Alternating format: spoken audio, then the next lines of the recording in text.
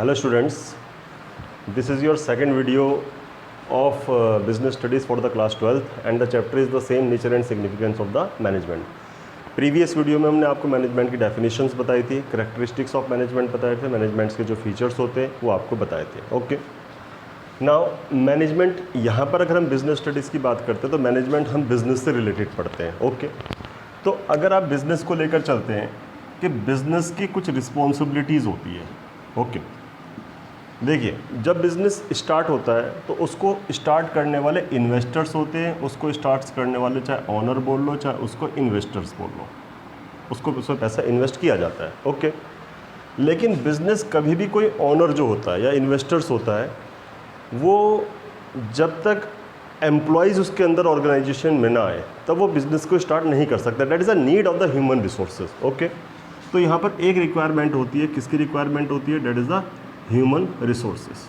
Okay, and the third one, human resources के बाद जो तीसरी चीज़ आती है द अदर रिसोर्सेज, चाहे आप उसको नेचुरल रिसोर्सेज बोल लो चाहे या कोई भी रॉ मटेरियल्स वगैरह की रिक्वायरमेंट होती है तो उसको नेचुरल रिसोर्सेज या सोसाइटियल रिसोर्सेज, जो रिसोर्सेज आपने सोसाइटी से कलेक्ट किए हैं. ओके, सिमिलरली जब बिजनेस गुड्स का प्रोडक्शंस करता है ये अपने लिए नहीं करता, it is for the society. वो सोसाइटी के लिए गुड्स का प्रोडक्शंस कर रहा है, यानी वो गुड्स को किसको सेल कर रहा है? कस्टमर्स को सेल कर रहा है. एंड कस्टमर्स कहाँ पर है? सोसाइटी के अंदर. Okay, that means the business which use the human resources. Okay, the business which use the capital from the investors or from the owners, and the business use the natural resources. Okay, and similarly when the business produce the goods not for self consumption, it is for the purpose to earn the profit and selling the goods to the society or to the customers. So that's why कि they are the certain responsibility of the businessman toward these groups. अब इन groups के प्रति business की एक responsibility हो जाती है. Okay, and these responsibility has to be fulfil by the management because management manage the business. Okay, जो मैनेजमेंट है डेट इज़ द ऑनर्स हो गए, इन्वेस्टर्स हो गए और द बोर्ड ऑफ डायरेक्टर्स हो गए, they manage the business. That's why they are the certain responsibility toward the these groups. इन ग्रुप्स के प्रति कोई रिस्पॉन्सिबिलिटी हो जाती है. तो इन ग्रुप्स को जो हम क्लासीफाई करते हैं तीन पार्ट्स में करते हैं, and these are the objective of the every management to fulfil these responsibility. Okay, objective है मैनेजमेंट का, लेकिन these are the responsibility of the business. Okay, ये बिजनेस की क्या रिस्पॉन्सिबिलिटी है? क्योंकि बिजनेस को जिसने स्टैंड किया था, बिजनेस को जिसने खड़ा किया था, बिजनेस को जिसने ग्रो किया था, एक छोटे से बिजनेस को एक बहुत बड़ा ग्रो अप मिला था, it is to the owners और द इन्वेस्टर्स. उन्होंने पैसा इन्वेस्ट किया, उसमें मेहनत करी. ओके, तो धीरे धीरे करके बिजनेस क्या हो गया? ग्रो हो गया. Okay, but without the human efforts, okay, it is quite impossible to maintain the business or to grow the business or to diversify the activity. बिना ह्यूमन रिसोर्सेज के ये इम्पॉसिबल है. ओके, तो एक रिस्पॉन्सिबिलिटी किसके प्रति होती है? ह्यूमंस के प्रति होती है, इंडिविजुअल्स के प्रति होती है, एम्प्लॉयज़ के प्रति होती है who work in the organisation. Okay, and the third one, when you sold the goods in the market to the customer you earn the profit. तो the other responsibility is toward the society. एक responsibility किसके प्रति हो जाती है? Society के प्रति हो जाती है. तो जो बिजनेस का ऑब्जेक्टिव्स हो जाता है to fulfil this responsibility, to complete this responsibility. That's why the objective of the business are the classified in the three categories. One is called the economical और the organisational objectives. Okay, you already learn in the previous year, 11th class में भी आप इस चीज़ को learn कर चुके हैं in the subject of the business, the objective of the business. Same here, ठीक है, वहाँ पर बिजनेस के ऑब्जेक्टिव थे, यहाँ मैनेजमेंट के ऑब्जेक्टिव था, because the management manage the business. Okay, and these are the objective to fulfil the requirement of these groups. So first one is the economic or the organizational objective, the second one is the social objectives, and the third one is the personal objective. Economic objective is somethings related to the business. वो business से related है कि business को जिसने stand किया, investors हैं, वो honours हैं, वो अपने बिजनेस को ग्रो करना चाहेंगे. और जब इकोनॉमिक ऑब्जेक्टिव्स को आप फुलफिल कर लोगे, अदर ऑब्जेक्टिव्स को आप तभी अचीव कर पाओगे. सोशल ऑब्जेक्टिव्स होंगे, चाहे वो इंडिविजुअल ऑब्जेक्टिव्स होते हैं. इसलिए हम इकोनॉमिक ऑब्जेक्टिव्स को सबसे प्राइमरी मानते हैं. The basic objective is the economic objective. ये मेन ऑब्जेक्टिव्स हमारे हैं. तो economic objective is related to the organisation, it is related to the investors, it is related to the owners of the organisation. ठीक है, जो business के honours हैं, जो बिजनेस के इन्वेस्टर्स हैं, या बिजनेस अपने आप है, इससे रिलेटेड है. तो economic objectives are the classified into three categories. One is the survival, the second one is the profit, and the third one is the growth. Okay, कि जब भी बिजनेस स्टार्ट होता है उसकी बेसिक्स प्रॉब्लम्स क्या होती है कि बिजनेस कितने समय तक मार्केट के अंदर सर्वाइव करेगा, because there is a lot of competition in the market. Market के अंदर कंपटीशन है। When you start the business, जब आपने बिजनेस को स्टार्ट किया, there is a lot of competitor available, okay, कि आपका सेल प्राइस क्या होगा, आपकी कॉस्ट उसमें कितनी लग चुकी है। तो सर्वाइव करने के लिए बिजनेस को काफ़ी लंबे समय तक स्टैंडिंग करनी पड़ती है मार्केट में, मार्केट के अंदर स्टैंड करना पड़ता है। एंड फॉर दैट टाइमिंग्स वो अपने प्रॉफिट्स को भी इग्नोर करके चलते हैं, यानी बिजनेस अपने प्रॉफिट्स को इग्नोर करके चलते हैं। तो बिजनेस का एक ऑब्जेक्टिव रहता है कि to survive in the market at least the cost must be cover up, कि हमारी कॉस्ट क्या हो जाए, कवर अप हो जाए। जो हमने जितना हमने कॉस्ट लगाया, आइदर चाहे वो सर्विस इंडस्ट्रीज़ है, चाहे वो मैन्युफैक्चरिंग इंडस्ट्रीज़ है, चाहे वो केवल ट्रेडिंग एक्टिविटीज़ कर रहे हैं, गुड्स को परचेज करके गुड्स को मार्केट में सोल्ड कर रहे हैं, ओके। तो उसका बेसिक ये रहता है कि at least cover the cost, cost को कवर करें और मार्केट में हम सर्वाइव करें। और सर्वाइव करते करते यानी उसको कंडीशंस क्या होती है मार्केट के अंदर, बिजनेस चल रहा है तो बिजनेस बोलता है कि कम से कम मैं सर्वाइव कर रहा हूँ, लेकिन एक समय मेरी गाड़ी ऐसे चले, यानी अपग्रेड में चले। स्टार्टिंग में मुझे सर्वाइव करना है, मुझे मार्केट में एग्जिस्ट करना है, मुझे मार्केट में अपने प्रोडक्ट को शो करना है, मुझे कस्टमर्स को अपने मार्केट में कस्टमर्स को कैप्चर करना है, यानी मार्केट के बिग शेयर्स को मुझे कैप्चर करना है। जब वो इन सब चीज़ों को करता है तो फिर वो धीरे धीरे के अपने अपने ऑब्जेक्टिव्स में आता है, that is to earn the profit, कि वो प्रॉफिट अर्न करना चाहिए। Because the growth is completely depend upon the profit. Growth किसके ऊपर डिपेंड करिए, प्रॉफिट के ऊपर। And the second thing, the livelihood of the owners, investors, okay, and the person who run the business, completely उनकी जो livelihood है, जो उनकी जीविका है, जो उनके एक्सपेंसेस है, जो उनकी कॉस्ट है, it completely depend upon the business, okay. इसलिए बोलते हैं profit is the reward of the risk. Profit is when the investor invest the money into the business, in return business उसको क्या दे रहा है, प्रॉफिट। तो प्रॉफिट इज एसेंशियल एलिमेंट। तो survival, जब वो सर्वाइव करने के बाद वो बोलता है धीरे धीरे करके अब मुझे प्रॉफिट्स की रिक्वायरमेंट होती है, then the second objective is to earn the profit, because without profit no other objective can be fulfil, because profit is only the mode of the earning for the businessman and for the investors, and the last one is the growth, ठीक है।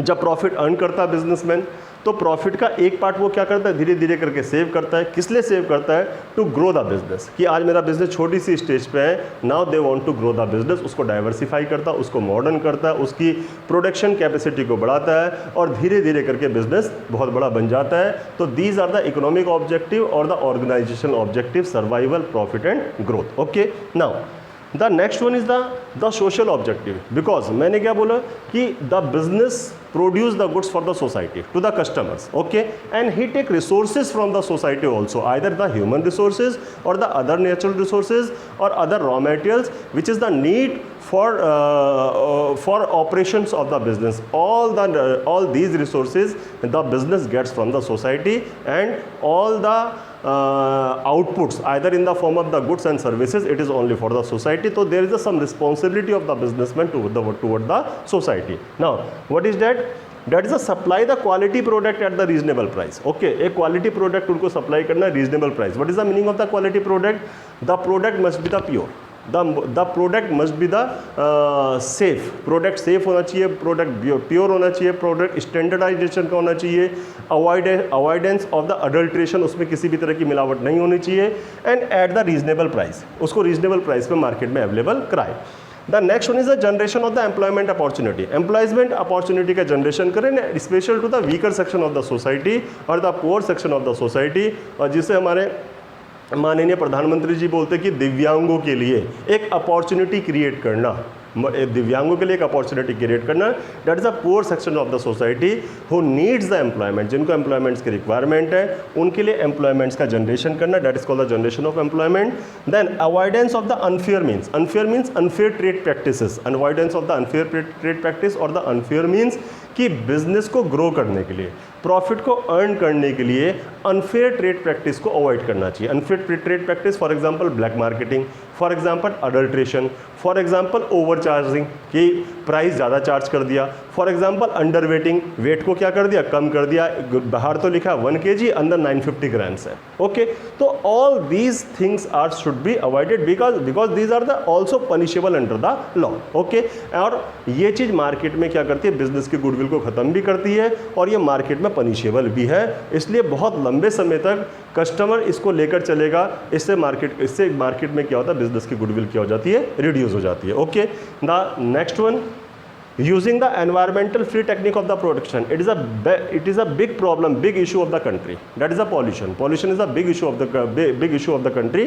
That's why the using the environmental free techniques of the production, कि जो production की techniques होती है वो environmental friendly होनी चाहिए। Okay, that is the environmental friendly techniques होनी चाहिए कि जो ड्रेनेज है वो रिवर्स में या पॉन्ड्स में या कहीं भी उसको ऐसे ही ना फेंका जाए। ठीक है, जो भी गवर्नमेंट्स के रूल्स एंड रेगुलेशंस है, इन्वायरमेंटल मिनिस्ट्रीज के रूल्स एंड रेगुलेशंस है, it must be follow by the all the industrialist और all the traders. Next, that participation in the social activities, there are the various social activities which is performed by the NGOs or by the government, or they may run the charitable dispensaries, charitable schools. Okay, they may construct the roads. Okay, they may involve in the production, involve in the creation of the infrastructures with the governments. और okay, seminar organise करा सकते हैं। Okay, क्या schools खोल सकते हैं, क्या dispensaries खोल सकते हैं। ओके, तो दीज आर द रिस्पॉन्सिबिलिटीज और these are the social objective of the management और the business. Okay, and the next one is the personal human और द इंडिविजुअल ऑब्जेक्टिव। ओके, अब पर्सनल ह्यूमन और individual objectives क्या आपके हैं कि पहला आता है आपको, that is the objective toward the human resources. Human resources कौन से हैं? इससे पहले मैंने जब आपको वीडियो बताई थी तो उसमें मैंने एक चीज़ बताया था कि जो ह्यूमन रिसोर्सेज है they are the most valuable assets of the business. Okay, business जितने भी ग्रो कर रहा है it is only due to the efforts of the team. ये टीम के एफर्ट्स के कारण कर रहा है, not by the any individual person. इसलिए जो टीम है, जो एम्प्लॉयज़ है, जो इंडिविजुअल है ऑर्गेनाइजेशंस के, उनके प्रति बिजनेस की कुछ रिस्पॉन्सिबिलिटी होती है। ओके, जैसे उनको एक कॉम्पिटिटिव सैलरी प्रोवाइड करना। What is the meaning of the competitive salary? That is the remuneration should be the handsome, the remuneration should be satisfied the needs of the employees. जो employees की needs को satisfied कर सके उसको उतना remuneration देना चाहिए, because an unsatisfied person or an unsatisfied employees never contribute its maximum। वो अपने मैक्सिमम को कंट्रीब्यूट नहीं कर सकता जब तक कि उसको पूरी सैलरी नहीं मिल रही है, फुल सैलरी उसको नहीं मिल रही है। तो ये उसका अधिकार भी, it is the rights of the person, it is the rights of the employees and also the objective और the responsibility of the management toward the employees. Okay, next one is the personal growth and the development. जब organisation से person आता है, he is a just fresher. Okay, केवल एक fresher है, वो अपनी एजुकेशंस कंप्लीट करके आया है। ठीक है, धीरे धीरे करके वो ऑर्गेनाइजेशन में जुड़ता है और अब उसको अपडेट होना है। तो it is a responsibility of the management also to provide the opportunities of the training and development programmes. उसको ट्रेनिंग एंड डेवलपमेंट प्रोग्राम्स को ज्वाइन करने की एक अपॉर्चुनिटी प्रोवाइड की जाए ताकि वो अपने आप को क्या कर सके, अपडेट कर सके। Because an organization can be updated only when its employees are updated। Okay, जब ऑर्गेनाइजेशन अपने आप को कब अपडेट करेगा? जब उसके एम्प्लॉयज़ अपडेट होंगे। एम्प्लॉयज़ को अगर लेटेस्ट टेक्नोलॉजीज़ के बारे में पता होगा तो ऑर्गेनाइजेशन उतना ग्रो करेगा। That's why the personal growth and the development of the employees, कि there must be a proper training and development programme for the employees. Okay, next one is the peer recognition, that means the recognition of the employees among the staff। Okay, complete staff के सामने अगर उसने बहुत अच्छा काम किया है तो उसका रिकॉग्निशन होना चाहिए in the form of the money, in the form of the mementos, that is the monetary rewards और the non monetary reward, but the rewards must be given to the employees. That is the recognition in the among the staff and also in the society. Okay, society में भी उसका reward क्या बोलते हैं, recognition होना चाहिए।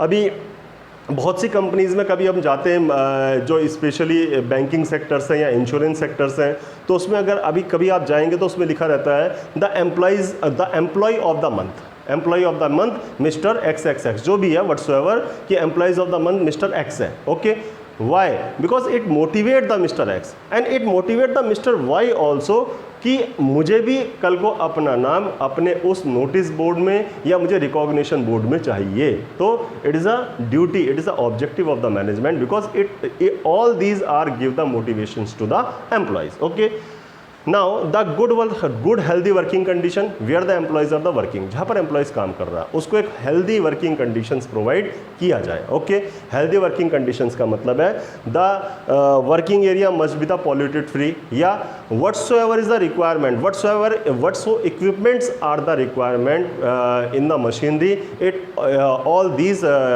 equipments must be provided to the employees। वो सारे equipments employees को provide करने चाहिए जो उसकी requirements हैं। Okay, and the last one is the other facilities, okay, because employees is the valuable resources, valuable assets for the every organization। तो individuals के लिए जो भी उनको other facilities provide की जा सकती है वो करनी चाहिए, like the pension facilities, like the education facilities for the children, like the hospitals for the employees and the families। okay, तो इस तरह की जितनी उसको benefits provide किया जाए वो उसको provide करने चाहिए। okay, thank you बेटा।